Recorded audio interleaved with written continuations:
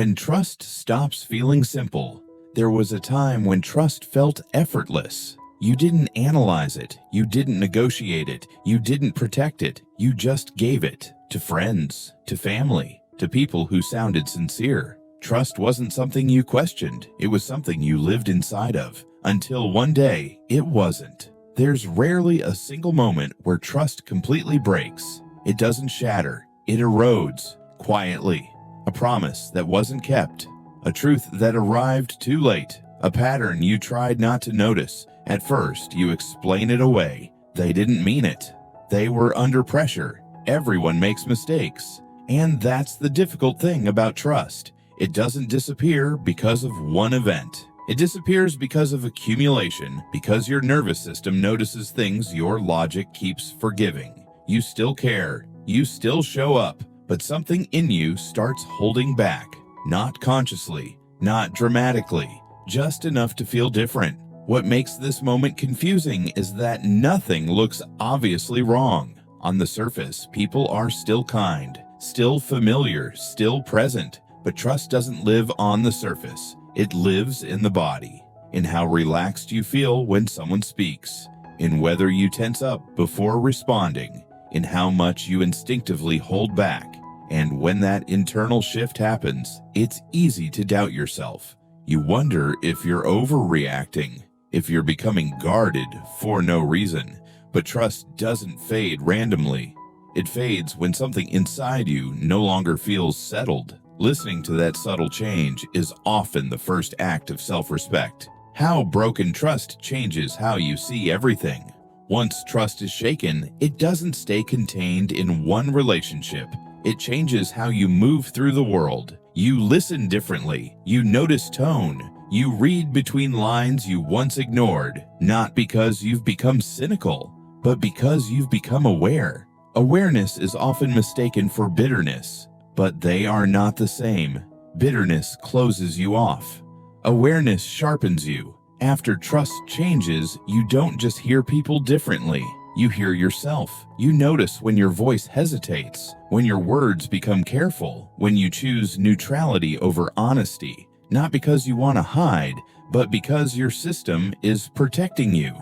You pause before sharing. You choose silence more often. You keep certain parts of yourself unspoken. And sometimes you miss the old version of you, the one who trusted freely, the one who didn't need proof, the one who assumed good intentions. But that version of you didn't disappear.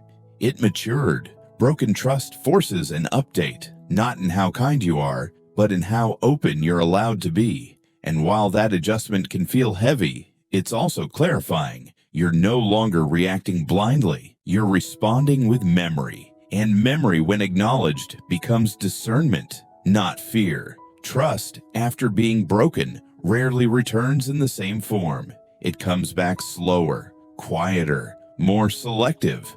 And that isn't weakness. That's wisdom forming. Trust versus hope. One of the hardest lessons about trust is learning the difference between trusting someone and hoping they'll change. Hope feels generous. It feels patient. It feels loving. But hope without evidence quietly turns into self-betrayal. Trust isn't built on potential. It's built on consistency, not intensity, not apologies, not emotional conversations. Consistency. What someone does repeatedly matters more than what they promise occasionally. Many people confuse endurance with loyalty. They keep trusting, not because things are changing, but because admitting they aren't would require letting go. And letting go of expectation can feel like loss. You weren't foolish. You were human. But at some point, you have to ask yourself, am I trusting? Or am I waiting?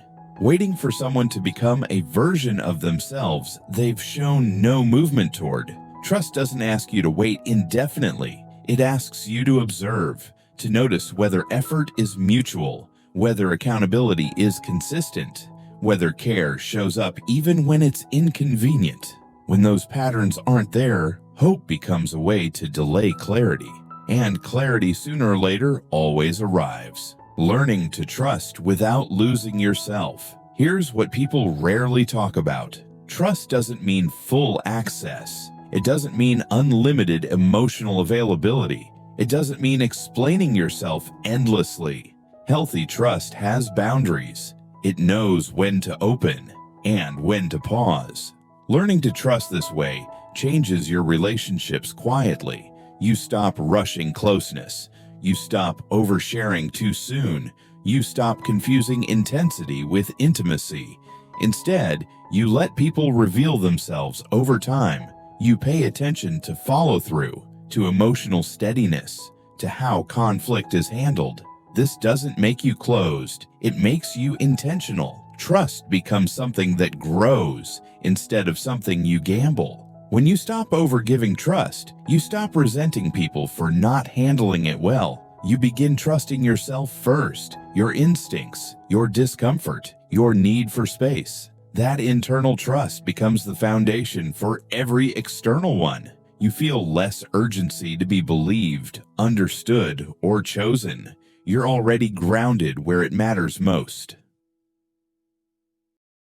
What real trust feels like. Real trust doesn't announce itself. It feels calm. There's no anxiety about being misunderstood, no need to perform, no constant reassurance required. You don't rehearse conversations in your head. You don't scan for hidden meaning. You don't brace for disappointment. There's room to breathe. When trust is real, it feels uncomplicated, not perfect, not dramatic, just stable. And if trust breaks again, because sometimes it will, you don't collapse. You respond with clarity, with proportion, with self-respect. You adjust access. You reset expectations. You move forward without hostility. That's the quiet strength of mature trust. It doesn't cling. It doesn't collapse. It recalibrates. The quiet truth about trust is that it isn't about guaranteeing safety. It's about knowing you'll be okay, even if someone disappoints you, because you trust yourself enough to walk away when needed. And that kind of trust doesn't make you hard, it makes you steady. If you stayed until the end, thank you. Trust is one of those things that touches every part of our lives, yet rarely gets discussed honestly. This channel exists to slow those conversations down and give them space. If this reflection resonated with you, you're welcome to stay for the next one. And whether you do or not, I hope you take care of your health and the people who earn your trust gently. I wish you and your family peace, steadiness, and relationships that feel safe without needing to prove anything.